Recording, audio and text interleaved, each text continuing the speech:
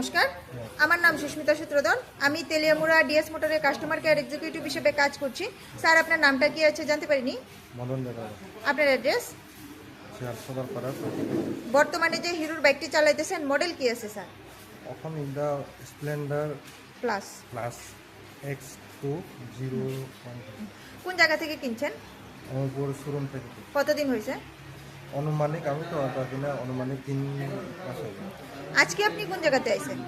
আজকে DS motor service centre কিসের জন্য আইছেন?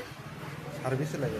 আজকে যখন আপনার বাইক নিয়ে আমাদের এখানে আইছেন, আমাদের এখানে টেকনিশিয়ান বা সুপারভাইজার ওয়েলকাম জানাইছিনি স্যার? যে কাজের জন্য নিয়ে আইছিলেন কাজ হয়েছিনি?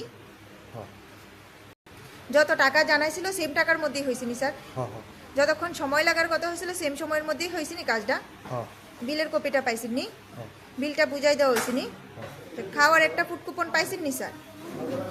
আপনার সাইকেলে যে টেকনিশিয়ানে কাজ করছে টেকনিশিয়ানের কাজটা কেমন লাগছে? ভালো লাগলে 9 বা 10-এর মধ্যে একটা রেটিং নাম্বার দিতে পারেন। মোটামুটি ভালো লাগলে 7 বা 8ও দিতে পারেন। 5 দিবেন।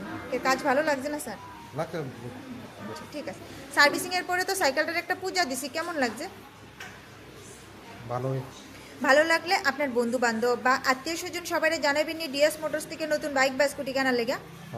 ঠিক আছে, তো আমাদের ওভারঅল কাজ শেষেও একটা রেটিং নাম্বার দিতে পারেন। এখানে কাজ করায় আপনার যদি সব কিছু ভালো লেগে থাকে 9 বা 10-এর মধ্যে একটা নাম্বার দিতে পারেন।